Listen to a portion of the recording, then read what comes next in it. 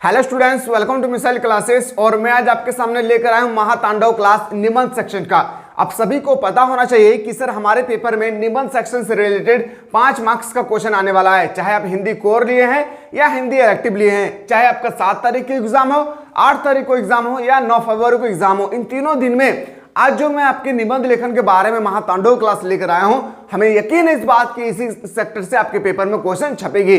तो फाइनली आप लोग पैसेंस बनाकर देखिए और ये क्वेश्चन को ना रट्टा नहीं लगाना है, मैं समझाने की कोशिश करूंगा, बस आप लोगों को समझ लेना है। बचपन में ना हम लोग क्या करते थे, हम लोग को लिखने आता था निबंध लेखन, और हम लोग लिखते थे गाय पर लेख, स्कूल पर लेख, भेड़ पर लेख, और उस समय हम लोग एकदम समरी की तरह लिखते जाते थे।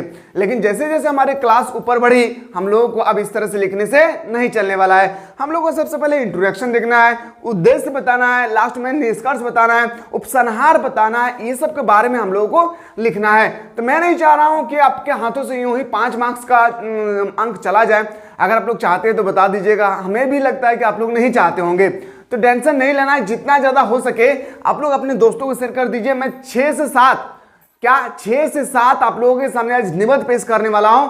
याद रखिएगा, सारा का सारा निबंध एकदम 2 कॉपी फाइनल एग्जाम के अकॉर्डिंग होगी। एक बात याद रखिएगा, मैं फिर से बता रहा हूं, एक बात आप लोग याद रखिएगा। एक बात याद रखिएगा कि प्रेजेंट टाइम में जिस घटना के बारे में ज्यादा चर्चा हो रही है, इसके बारे में निबंध पूछा जाता है। मैं 2021 को लेके चलता हूं आप लोगों को, तो वहां पे कोरोना वायरस पूछा गया था, क्योंकि कोरोना वायरस का घटना ज्यादा चल रही थी। प्रेजेंट टाइम में अगर मैं देखूं तो चुनाव चल रहा है, पहला चुनाव चल रहा है सर, दूसरा नारी शक्ति, महिला पर अत्याचार हो रही है, तो हम लोगों को पता होना चाहिए कि नारी का शक्ति क्या है। दूसरा कंप्यूटर का महत्व अभी हम लोगों को देखना है। तीसरा झारखंड के बारे में देखना है, झारखंड के राजनीतिक बारे में, संस्कृति के बारे में, पर्यटन के बारे में। फिर हम लोगों को देखना है किसके बारे में, किसान के बारे में, क्योंकि अभी जस्ट किसान का भी आंदोलन हुआ था। यस या नो? तो एकदम फाइनल एग्जाम है ना, जो मैं बता रहा हूं इसको सिर्फ सुनना है और जितना ज्यादा हो सके अपने दोस्तों को शेयर कर दे। और महातांडव क्लास आज मैं आपके सामने लेकर आया हूं। याद रखिएगा, सबसे पहला है सर नारी शक्ति। अब हमें समझ में नहीं आ रहा सर नारी शक्ति को लिखेंगे कैसे, लिखने का टेक्निक समझिए। यूं ही 5 मार्क्स आपको नहीं मिलने वाला है। क्या यूं ही आपको 5 मार्क्स नहीं मिलने वाला है, सही ढंग से आप लोगों को लिखना होगा। सर लिखेंगे नारी शक्ति के बारे में, थोड़ा सा मैं नारी के बारे में बात कर दूं। नारी कहती है क्या कि आदमी को औरत की ताकत का अंदाजा उसी वक्त लगा लेना चाहिए। किस वक्त पता है? जब वह उसे लेने के लिए पूरी बारात लेकर जाता है और वह शेरनी उधर से अकेले आती है। यह है सर निबंध लेखन का नारी शक्ति का पावर। ठीक है, यह कहता है क्या रानी मुखर्जी की लड़कियों को कुछ दो या ना दो, पर उनके मन का जीवन साथी तो उन्हें जरूर दो, क्योंकि धन के बिना जीवन काटा जा सकता है, पर जीवन साथी अच्छा ना हो तो जीवन नर्क बन जाता है। बिल्कुल सही बात है। अगर मान लेते हैं कि धन दौलत मेरे पास पूरा है, जीवन साथी अच्छा नहीं है, ताड़ी पीने वाला है, खेलने वाला है, और हम यहाँ लेकर क्या करेंगे। लेकिन अगर अच्छा हो तो हम सूखी रोटी खाकर जी लेंगे सुख से। अगर वो क्या होगी, अगर वो अच्छा नहीं है तो मेरी जिंदगी नर्क बन जाएगी, ये उनका कहना था। और यह कहते हो बस कंठ की हमारी नीला नहीं, वरना जहर तो हमने भी कम नहीं पिया है। कंठ हमारी नीला नहीं कहता है कि वरना जहर तो हमें भी कम नहीं पिया है। ये है सर नारी। अब आते हैं सर मेन टॉपिक पे। सबसे पहले आपको प्रस्तावना लिखना है। जब भी आप याद रखिएगा निबंध लिखेंगे, सबसे पहले प्रस्तावना लिखने की कोशिश कीजिएगा। नारी एक शक्ति है, प्राचीन काल से ही अभी तक ऐसे कई उदाहरण हमें देखने को मिलते हैं, जिससे साबित होता है कि नारी एक शक्ति की तरह है। देखा जाए तो नारी स्वभाव से बहुत ही अच्छी होती है। नारी सच में अच्छे होते हैं ना? हाँ बिल्कुल अच्छी होती है। नारी स्वभाव से बिल्कुल क्या होती है? अच्छी होती है। नारी पर जब भी अत्याचार होता है तो वह कभी कभी इतना विकराल स्वरूप रख लेती है कि वह लोगों का नाश करके ही छोड़ती है। मतलब कोई औरत को देखिएगा ना, स्कूल में क्या करते हैं, मारपीट तो ज्यादा कर नहीं पाते, लेकिन वो ऐसा जगह पे जाके बोल देते हैं कि आपको उठाकर पुलिस से ले जाते हैं। यस या नो? या तो टीचर से पूरा पिटवाते होंगे आपके स्कूल में। ठीक है, नारी माँ का स्वरूप है। बिल्कुल, नारी जो होती है ना, नारी क्या है? माँ का स्वरूप है। वास्तव में हमारे समाज में इस नारी शक्ति का महत्वपूर्ण योगदान है। नारी नहीं रहती तो आज मैं यहाँ पे खड़ा नहीं रहता, नारी नहीं रहती तो आज आप भी पढ़ नहीं पाते। इसलिए नारी का पावर बहुत ज्यादा है, समझिएगा।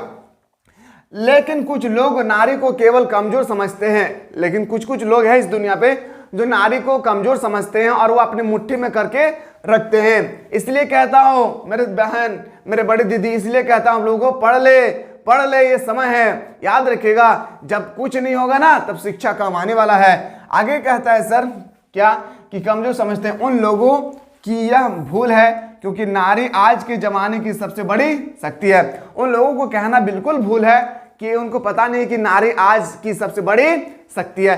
क्या आप लोग प्रस्तावना इतना लिख पाएंगे? यानी सिर्फ देखना है, अभी याद करना नहीं है, ना ही आपको कॉपी पे लिखना है। मैं जो बोल रहा हूं बस उसको एकदम कंठस्थ कर लेना है और छपेगा। जब फाइनल एग्जाम देकर लौटेंगे ना तब कहेंगे, ठीक है। यह है सर प्रस्तावना के बाद हम लोगों को क्या लिखना है? नारी के कुछ गुण महत्वपूर्ण है, कुछ महत्वपूर्ण गुण है। अच्छा, नारी के अंदर में कुछ गुण होंगे, इसके बारे में डिस्कस करते हैं। क्या गुण देख लेते हैं। मैं भी वैसे देखा जाए तो सरल और मीठे स्वभाव की होती है। ऐसा देखा जाए तो सरल और मीठा की भाव की होती है। कैसे? तो देखिए, जब लड़का कोई मदद मांगते हैं ना तो कोई भी लड़की हो या दोस्त हो उतना अच्छा से नहीं देते हैं। लेकिन अगर किसी चौराहे पर किसी लड़की का कुछ खराब हो जाए और हम जा रहे हैं, अगर हमसे कहे प्लीज बस खाली इतना कह दे, तो हम उसको गाड़ी को ठीक करना शुरू कर देते हैं और कहते हैं तुम टेंशन मत लो, मैं खुद कर दूंगा।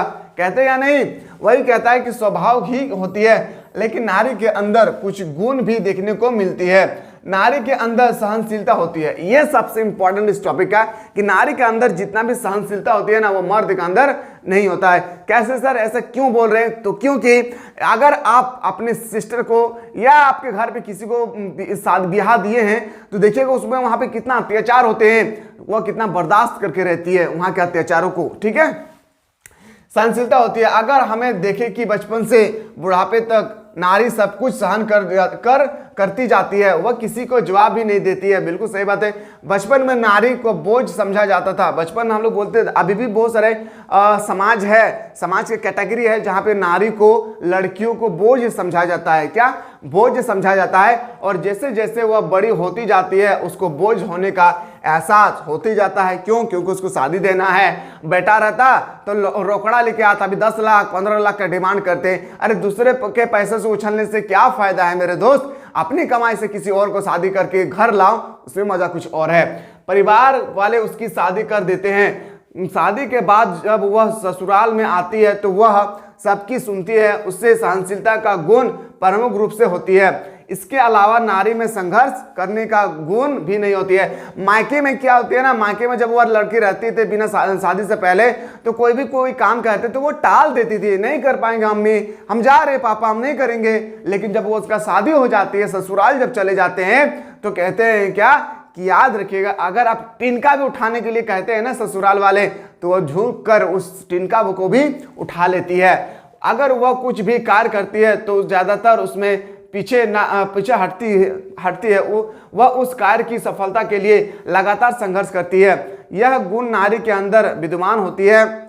नारी के अंदर धैर्य भी बहुत अधिक होती है। धैर्य मतलब पैसेंस।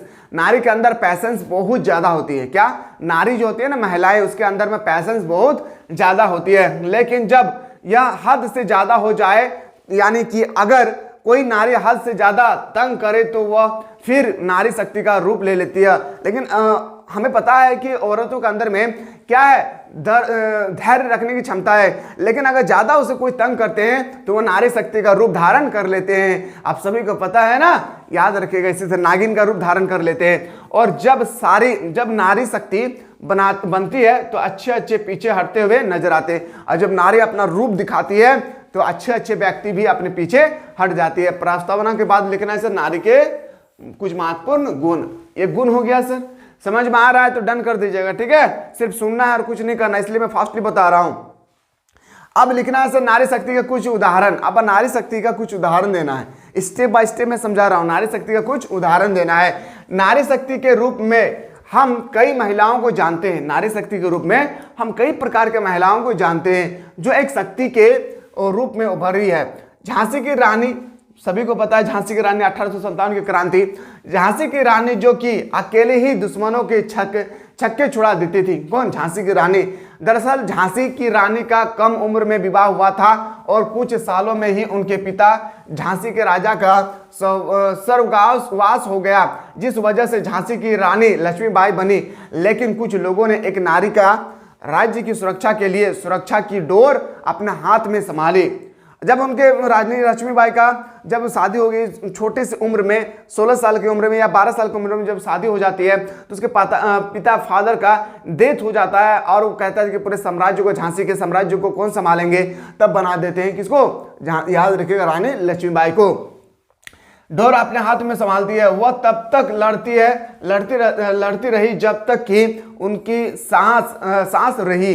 वह किसी से पीछे ना हटी। जब तक लक्ष्मीबाई का सांसें चल रही थी तब तक वो लड़ाई करती रहती थी। कहता था मैं किसी से पीछे हटने वाला नहीं हूँ। हटी नहीं और साहसपूर्णता अपनी वीरता से लगातार कोशिश करती रही और साबित कर दिखाया कि नारी का एक शक्ति की तरह है। नारी की शक्ति को एक नारी की शक्ति की तरह उन्होंने दिखाया अच्छी तरह से। क्या आपको समझ में आ रहा है? जल्दी से बताइए, क्या आप लोगों को समझ में आ रहा है ना मार्तांडो क्लास? कोई दिक्कत नहीं होगा ना? देखिए आप लिखना है लास्ट में उपसंहार। क्या लिखना है? उपसंहार। उपसंहार में क्या लिखना? पूरा निचोड़ करके बताना है कि नारी का पावर, शक्ति वगैरह सारा चीज को इसमें लिख डालना है वास्तव में। और जब भी लिखेंगे ना, इसको अलग पेन से लिखिएगा और इनको अलग पेन से लिखिएगा। वास्तव में नारी देवी स्वरूप है, यह सबसे शक्तिशाली है। लेकिन आजकल के जमाने में भी लोग नारी को कमजोर, निस्सहाय समझते हैं। हम सभी को समझने की जरूरत है कि अगर नारी पर हम किसी तरह के अत्याचार करते हैं तो उसकी सहनशीलता खत्म हो जाएगी और नारी अपनी शक्ति में वास्तव में बहुत कुछ कर डालेगी। नारी शक्तिशाली है, यह झांसी की रानी का अवतार है। हमें नारी का सम्मान करना चाहिए और घर में नारी की इज्जत होनी चाहिए। इसमें एक बात मैं लिखना भूल गया हूं, एक बार आप लोग सुन लीजिएगा। सती प्रथा लिखना है कि प्राचीन काल से ही महिलाओं पर अत्याचार, इंट्रोडक्शन में ही लिखना है, ठीक है, प्रस्तावना में ही लिखना है। प्राचीन काल से ही महिलाओं पर काफी ज्यादा अत्याचार होते आ रहे हैं क्योंकि वहां पे सती प्रथा थी। साथ ही साथ सती प्रथा में जब मर्द जब हस्बैंड डेथ कर जाते थे तो उनको उसी महिलाओं को उसी चिता में उस जगह पे पकड़कर उसी चिता में उसकी हस्बैंड के साथ उसको लेटा दिया जाता था। आप सोचिए, थोड़ा सा हम लोग जल जाते हैं, कितना तकलीफ होता है, और वो महिलाओं को पकड़कर उसी चिता में सोचिए जला दिया जाता था, कितना तकलीफ होगी उनको। ठीक है, हमें ऐसा है कि नारी शक्ति के बारे में आएगी, सिंपल भाषा में लिखना है और 5 मार्क्स लेकर चले आना है। मैं जिस तरह से लिखा हूं आप लोगों को भी उसी तरह से लिखना है। इसके अलावा अगर आप पैराग्राफ की तरह लिखेंगे तो मार्क्स नहीं मिलेगा, याद रखिएगा। अब आते हैं सर कंप्यूटर का महत्व क्या है। अब आते हैं हम लोग कि कंप्यूटर का महत्व क्या होती है। तो चलिए देखते हैं सर, कंप्यूटर प्रेजेंट टाइम में कंप्यूटर भी एक तरह का क्या है, बहुत इंपॉर्टेंट टॉपिक है। सबसे पहले हम लोग देखते हैं प्रस्तावना। अब प्रस्तावना क्या होती है, मैंने अभी जस्ट बताया, इंट्रोडक्शन जिसे हम लोग कहते हैं। वहां पे प्रस्तावना की जगह पे आप परिचय भी लिख सकते हैं। समझिएगा, कंप्यूटर हमारे जीवन में काफी महत्व रखता है। कंप्यूटर हमारे जीवन में काफी ज्यादा क्या करते हैं, महत्व रखते हैं।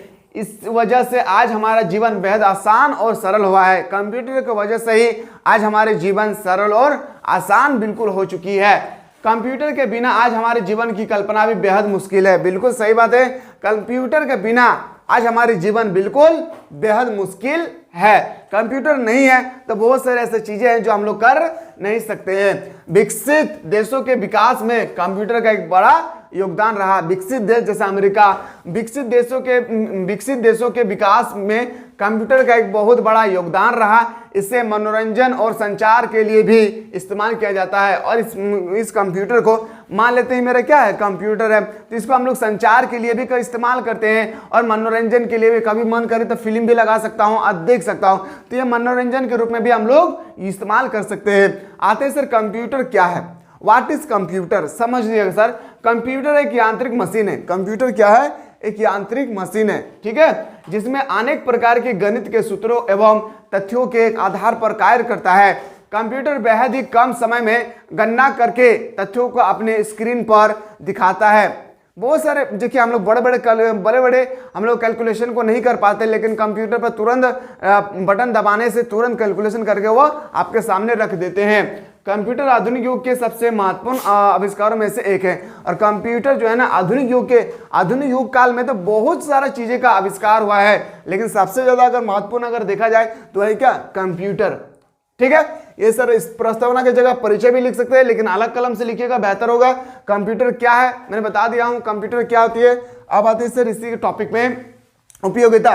कंप्यूटर को हम लोग कहाँ पे उपयोग करते हैं, ये आपसे पूछा जाए। कंप्यूटर के उपयोग के बारे में आप लोगों को ताबड़तोड़ तरीके से लिखना है। कंप्यूटर हमारा पथ प्रदर्शक मित्र है। पथ का मतलब रास्ता, प्रदर्शक, कहीं भी हम लोग जाते हैं तो हमें कंप्यूटर हमारे साथ देती है। आज कंप्यूटर ने हमारे जीवन और काम को काफी आसान बना दिया है। आज हमारे कंप्यूटर जो है हमारे काम को काफी आसान बना दिया है। आपका भी बनाया होगा ना जी? हाँ, आपको बोल रहे हैं, ठीक है। इसकी उपयोगिता जीवन के विभिन्न क्षेत्रों में निम्न प्रकार देखी जा सकती है। मैं जैसा पॉइंट टू पॉइंट लिखा हूं, आपको इसी तरह से पॉइंट लिखना है, पॉइंट 2 लिखना है, पॉइंट 3 लिखना है, पॉइंट 4 लिखना है और पॉइंट 5 लिखना है। इसी तरह से लिखिएगा जिस तरह से मैं लिख रहा हूं। आज हम सभी बैंकों में कंप्यूटर के माध्यम से सारे कार्य आसानी से कर सकते हैं। अगर बैंक में कंप्यूटर ही ना रहे तो बैंक चलने वाला भी नहीं है। इसीलिए कहता है कि आज हम सभी बैंकों में कंप्यूटर के माध्यम से सारे कार्य आसानी से कर सकते हैं। प्रिंटिंग, बुक और न्यूज़पेपर जैसे कार्यों में कंप्यूटर बहुत ज़्यादा आवश्यक है। बड़े शहरों में सड़कों के यातायात के नियम भी कंप्यूटर के द्वारा नियंत्रित की जाती है। जब बड़े बड़े शहर जाएंगे, मुंबई, कोलकाता, जब मद्रास, जब बड़े बड़े आप शहर जाएंगे ना, तो कंप्यूटर के माध्यम से ही जो क्रॉस होती है ना, इस तरह से सड़कें जो क्रॉस करती है ना, जो यहाँ पे लाइट लगा हुआ था ना, red colour, green colour, yellow colour, तो ये कंप्यूटर के माध्यम से क्या होती है? याद नियंत्रण होती है। आज के समय में अपराधियों के रिकॉर्ड रखने के लिए भी पुलिस कंप्यूटर का उपयोग करती है। कोई भी अपराध कर लिए हैं तो उसको हम लोग डाटा बनाकर पहले रखते थे कागज पे, पेपर कहीं ना कहीं भुला जाते थे, लेकिन आज कंप्यूटर में वो पुलिस वाले क्या करते हैं, उस डाटा को सुरक्षित रखते हैं। कंप्यूटर का इस्तेमाल खातों, स्टॉक, चालान आदि जैसे महत्वपूर्ण कार्यों के लिए भी किया जाता है। यह है सर कंप्यूटर का उपयोगिता। अभी मैंने प्रस्तावना के बारे में बात किया हूं, कंप्यूटर क्या है वो लिखना है, उसके बाद उपयोगिता लिखना है, देन उसके बाद हम लोग जो लिखेंगे ना वो होगी सर हम लोग क्या, निष्कर्ष एकदम, या उपसंहार या निष्कर्ष याद रखना है। लास्ट स्टेप में निष्कर्ष लिखना है। फर्स्ट स्टेप में आप लोगों को परिचय, जिसे हम लोग प्रस्तावना कहते हैं, एकदम लिखना है। पैराग्राफ की तरह बार बार कह रहा हूं मेरे दोस्त, पैराग्राफ की तरह ना लिखें आप लोग। कंप्यूटर हमारे लिए उपयोगी है। कंप्यूटर क्या है? हमारे लिए उपयोगी है, परंतु यह भी सत्य है कि इसने मनुष्य को मशीन बना दिया है। कंप्यूटर हमारे लिए उपयोगी है, परंतु यह भी सत्य है कि इससे मनुष्य को मशीन बना दिया है। कंप्यूटर की छोटी सी भूल भी महानिवास का कारण बन सकती है। आज भारत कंप्यूटर के क्षेत्र में अग्रणी है। भारत के लाखों कंप्यूटर इंजीनियर विदेशों में नौकरी कर रहे हैं। मतलब भारत में लाखों हजारों इंसान ऐसा है जो कंप्यूटर साइंस से लेकर स्टडी किए हैं और वो विदेशों में जाकर जॉब कर रहे हैं, नौकरियां कर रही है, ठीक है, मुद्रा अर्जित कर रहे हैं। इस प्रकार भारत का भविष्य सुखद है। क्या कंप्यूटर के बारे में आएंगे तो आप लिख पाएंगे या नहीं? इस तरह से लिखेंगे जिस तरह से मैं स्टेप बाय स्टेप बता रहा हूं। 5 में से 5 आपको मिलेगी अगर आपका हैंड रिटन बेटर होगा। कोई दिक्कत? चलिए सर आगे देखते हैं। हम लोग का अगला क्या है, स्वच्छ भारत अभियान पर एक निबंध लिखे। स्वच्छ भारत अभियान क्या होती है समझिएगा। स्वच्छ भारत अभियान का प्रस्तावना पर सबसे पहले हम लोगों को लिखना है स्वच्छ भारत अभियान के बारे में। स्वच्छ भारत अभियान में हम लोगों को एक एक स्टेप को बाद में समझेंगे। इससे पहले एक मैं इंपॉर्टेंट टॉपिक में बता रहा हूं, उसको आप लोगों को ध्यान से देखना है। सबसे इंपॉर्टेंट टॉपिक है अनुशासन पर एक निबंध लिखें। What is discipline? अनुशासन पर एक क्या करें, निबंध लिखो। What is discipline? डिसिप्लिन के बारे में हम लोगों को लिखना है, समझिएगा। पहले मैंने बताया अभी जस्ट क्या लिखना है आपको, प्रस्तावना। क्या लिखना है? प्रस्तावना लिखना है। Okay sir. अनुशासन हर व्यक्ति के महत्वपूर्ण है। क्या है? अनुशासन हर व्यक्ति के जीवन में महत्वपूर्ण है। अनुशासन, डिसिप्लिन होना चाहिए, चाहे स्टूडेंट्स है, कोई कामगार है, कोई जॉब पर्सन है, आपका अंदर में डिसिप्लिन होना बहुत जरूरी है। एक खुशहाल जीवन के लिए हमारे जीवन में अनुशासन होना जरूरी है, डिसिप्लिन होना चाहिए। मतलब जिंदगी में खुशहाल जीने के लिए डिसिप्लिन होना बहुत जरूरी है। नहीं तो देखिए सुबह को खाना 12 बजे खा रहे हैं, 12 बजे का खाना दोपहर को रात को खा रहे हैं। अनुशासन से हम जीवन में कई नई नई ऊंचाइयों को छू सकते हैं। ये हमेशा हमें एक सही राह की ओर ले जाती है। अगर हमारे अंदर में अनुशासन, डिसिप्लिन अगर अच्छा होगी तो हमें ये उच्च स्थान तक ले जाएगी जहां तक हम सोच नहीं सकते हैं। अनुशासन के प्रकार अब लिखते हैं सर, अनुशासन के प्रकार क्या क्या होती है समझिएगा। अनुशासन 2 प्रकार के होते हैं। एक वो जो हमारे समाज में मिलता है, एक वो जो हमारे समाज से मिलता है। समाज में भी हमें देखने को, बचपन से हमें देखने को मिलते हैं कि बड़े को प्रणाम करो, छोटे को अदब करो, हम लोग देखते हैं ना। ये भी एक तरह का क्या है, डिसिप्लिन के अंतर्गत आती है। दूसरे वो जो हमारे अंदर खुद से उत्पन्न होती है, और दूसरा जो होती है ना वो हमारे अंदर में खुद से उत्पन्न होती है। अर्थात हम स्वयं से सीखते हैं, और हम क्या करते हैं, स्वयं से सीखते हैं। इस तरह से आपको प्रस्तावना के बाद अनुशासन के प्रकार लिखना है। देन इसके बाद हम लोग डिस्कस करते हैं अनुशासन का उद्देश्य क्या है, ऐसा क्या बात है जिस कारण से हमें डिसिप्लिन होना चाहिए। समझिएगा एक एक स्टेप को। पॉइंट नंबर 1, समाज में शांति बनाए रखना अनुशासन का सबसे महत्वपूर्ण उद्देश्य है। अगर अंदर में डिसिप्लिन होगी ना तो आप रात को हल्ला नहीं करेंगे, अगर आपके अंदर डिसिप्लिन होगी ना तो किसी से मारपीट नहीं करेंगे। तो इस तरह से ना आप समाज को अच्छी तरह से एक शांति रूप बनाकर अपने अनुशासन को सबसे महत्वपूर्ण उद्देश्य है कि एक शांति बनाए रखे। अगला है सर आर्थिक अर्थव्यवस्था और सामाजिक व्यवस्था के नियंत्रण में रखना।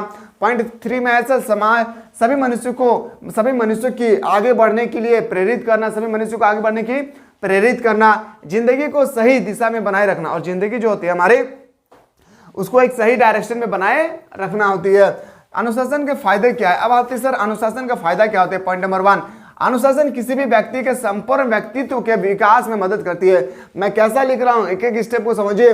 अनुशासन का उद्देश्य लिखा हूं, अनुशासन के फायदे। अनुशासन अगर करेंगे हम, अगर मैं खुद डिसिप्लिन के अंदर अगर चलूं तो मेरा क्या क्या प्रॉफिट है, इसको हम लोगों को लिखना है। अनुशासन किसी भी व्यक्ति के संपूर्ण व्यक्तित्व के विकास में मदद करता है। जो व्यक्ति अनुशासन का पालन करता है वह तनाव मुक्त रहता है। अनुशासन का पालन करने वाले लोगों की समस्या के महत्व का अंदाजा होता है कि जिसकी वजह से वह अपने समय की सही तरह से प्रयोग कर सकते हैं। जो लोग अनुशासन में रहते हैं उन्हें उनके जीवन में खुशहाली और कामयाबी हासिल होती है।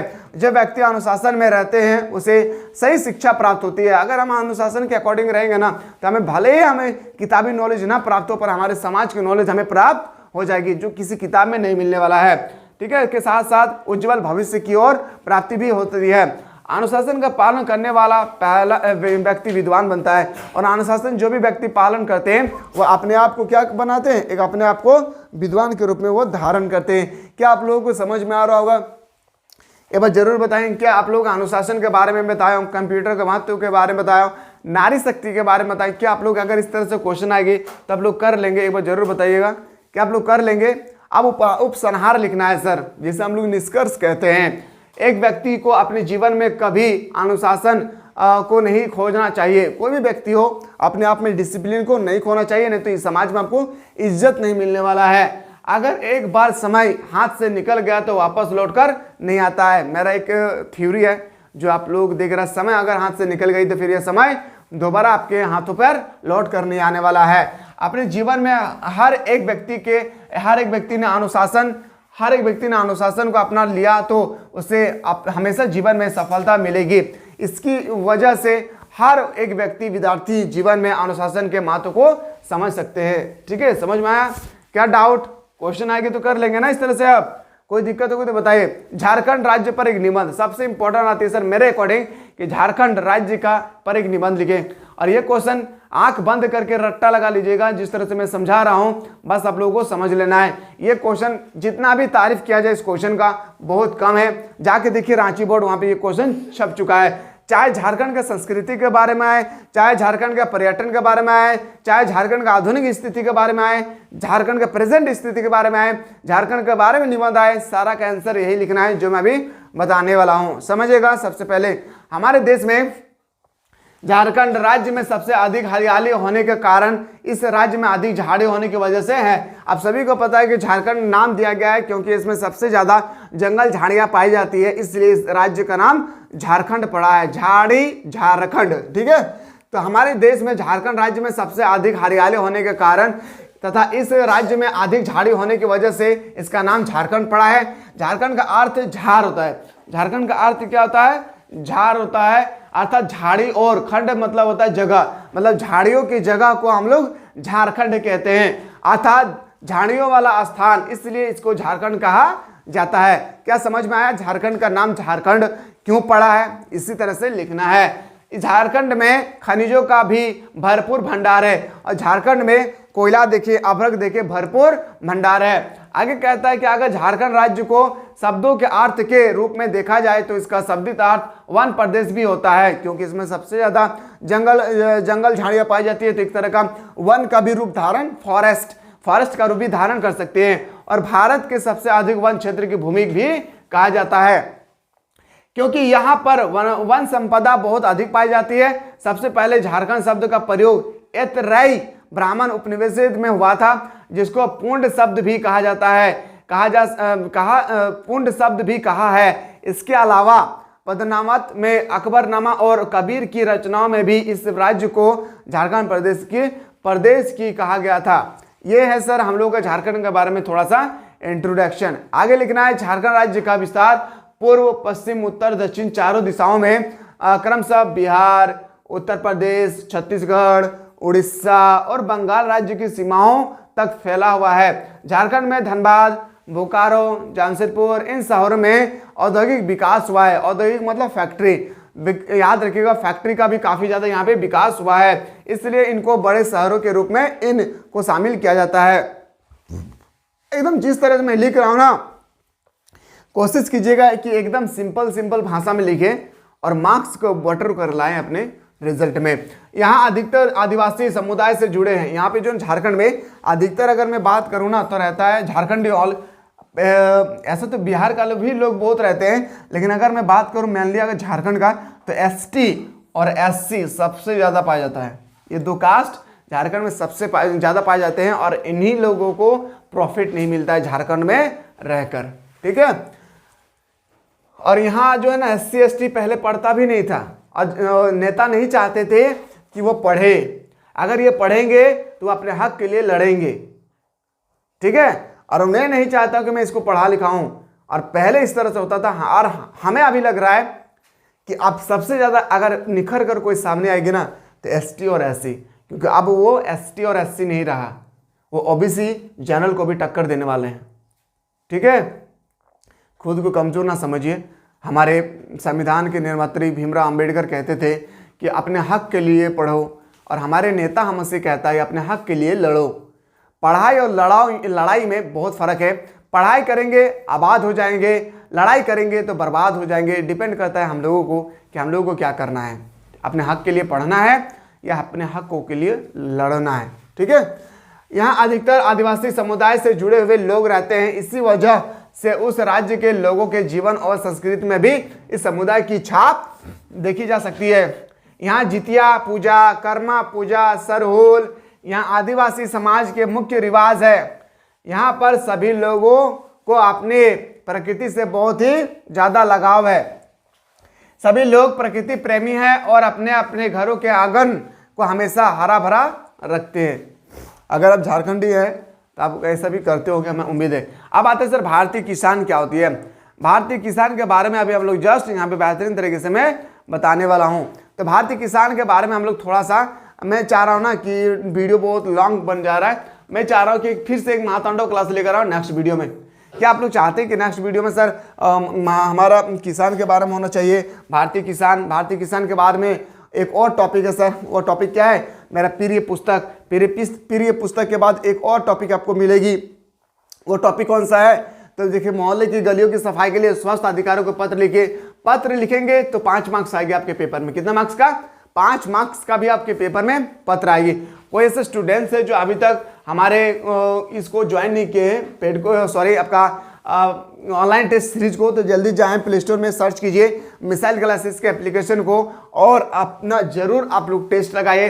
टेस्ट लगाएंगे आपके अंदर में कितना तैयारी हो चुकी है ये निखर कर सामने आएगी। टेस्ट सीरीज का फी ओनली फॉर 99 रुपीज़ रखा गया है, जहाँ पे आपका आर्ट्स का ऑल सब्जेक्ट का बेहतरीन तरीके से टेस्ट लगाकर पूरे झारखंड में आपका कितना रैंक आ रहा है ये आप अपने आप में जान सकते हैं। उम्मीद करते हैं कि आप लोगों को सारा चीज़ समझ में आ गया होगा। मिलते हैं, अगर आप लोग चाहते हैं निबंध लेखन का एक और वीडियो होना चाहिए तो बता दीजिएगा। तब तक आप लोग स्वस्थ रहे, मस्त रहे, पढ़ाई में व्यस्त रहे।